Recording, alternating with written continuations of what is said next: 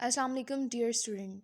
So today we are going to start our chapter number 1 of class 9. And our first chapter is matrices and determinants. First of all, we have the introduction of this chapter. The matrices and determinants are used in the field of mathematics, physics, statistics, electronics, and other branches of science. Okay, so the idea of matrix is basically given by the author Cayley, an English mathematician of 19th century, who developed theory of matrices in 1858. So this is basically the introduction of matrix, who discovered this theory of matrices. Okay, so next we have the definition of matrix. What is basically a matrix is a rectangular array or a formation of the collection of real numbers that are enclosed by the brackets.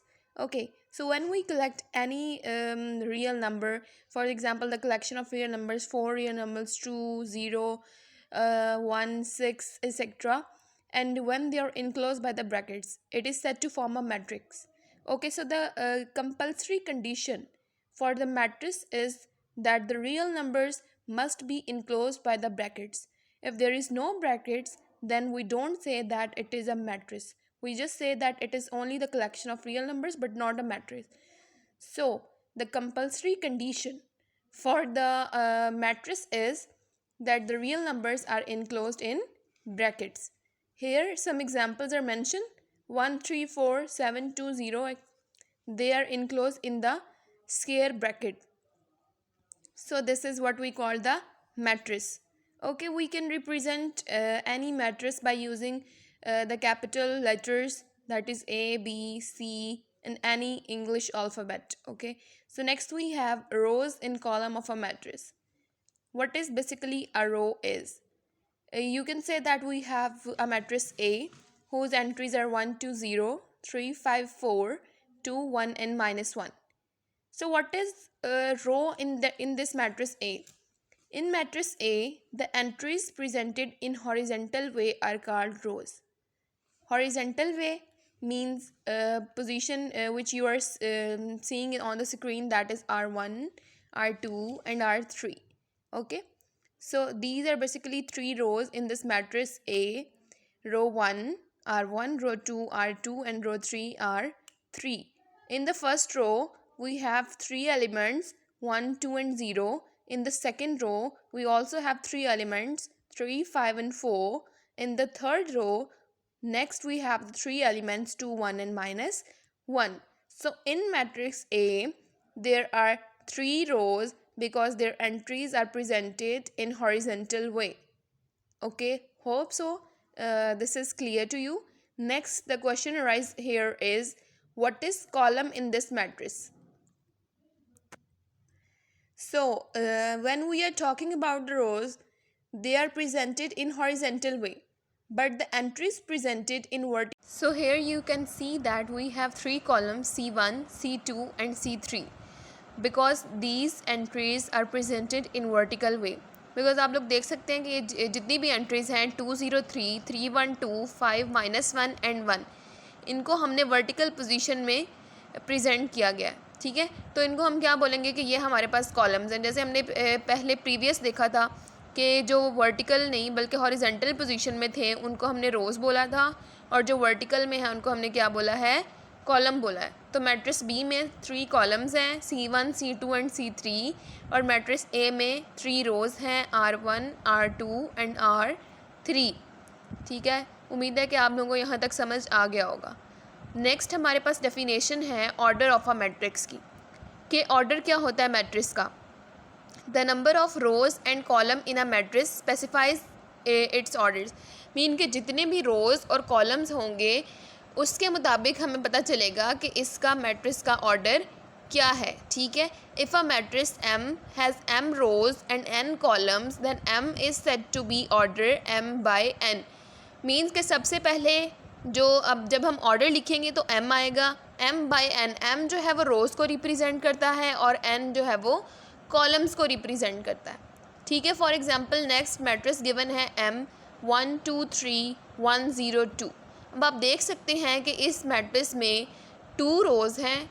ठीक है, 1, 2, 3 row number 1 and 102 row number 2 and 3 columns हैं 1 1 2 0 and 3 2.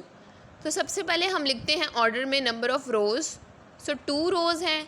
So first of all we write 2 and 3 columns. So the order of matrix M is 2 by 3 because it has 2 rows and 3 columns.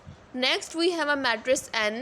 You can see that this is 3 by 3 matrix. How this is 3 by 3 matrix? Because इस matrix N में 3 rows हैं.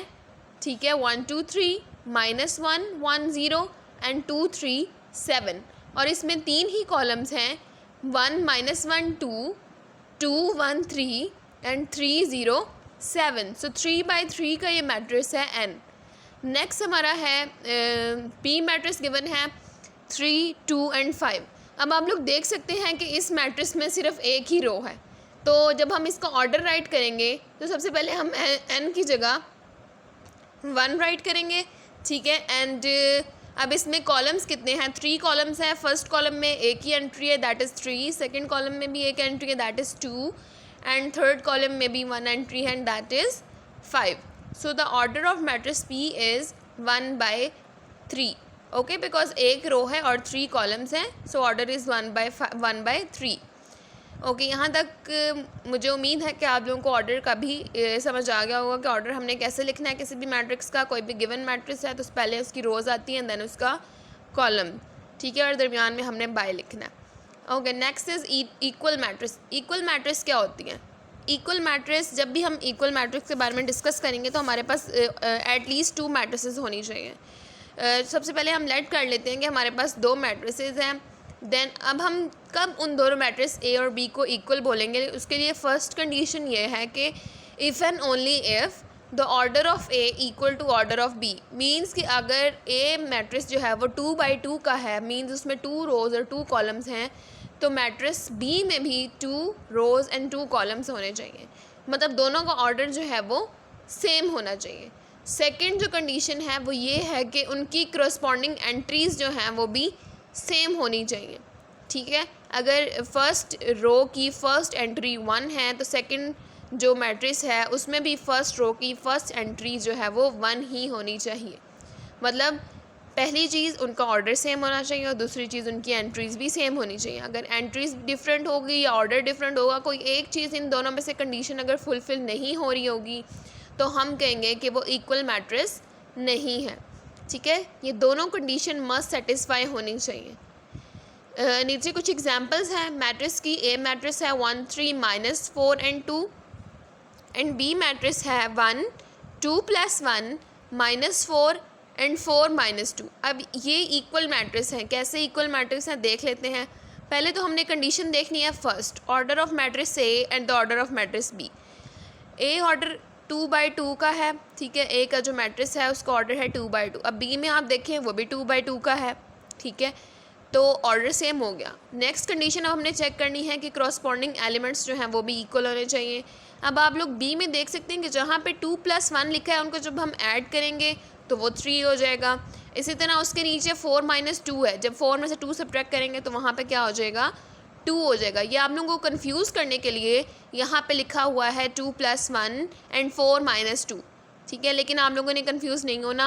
अगर इसको add आ रहा है तो add कर देना है, सब्ट्रैक्ट आ रहा है तो सब्ट्रैक्ट कर देना है. जो आंसर आ रहा है आप लोग देख सकते हो कि 3 और 2 आ रहा है और ए मैट्रिक्स में भी उस कॉलम की जो एंट्रीज़ हैं वो 3 और 2 ही हैं. इट मीन्स कि करस्पॉन्डिंग एलिमेंट्स जो हैं वो भी इक्वल हैं, ऑर्डर भी इक्वल है. तो it means that matrix A is equal to matrix B. अब सेकंड एग्जांपल है L and M. 2 matrix given है. ठीक है, एल मैट्रिक्स जो है हमारे पास उसकी एंट्रीज़ हैं 2 3 -1 and 2. Second is matrix M. So the entries of matrix M is 2 3 -1 and -2. Now they are saying that these 2 matrices are not equal. How they are not equal? First of all their order is same. 2 by 2 के matrix हैं दोनों, order तो same है. लेकिन अगर आप इसकी last entry को देखें, सेकंड कॉलम में जो सेकंड एंट्री है 2, फॉर एल में वो 2 गिवन है लेकिन एम में वो -2 है. तो यहाँ पे डिफरेंस आ जाता है कि करस्पॉन्डिंग एलिमेंट्स जो हैं वो सेम नहीं हैं.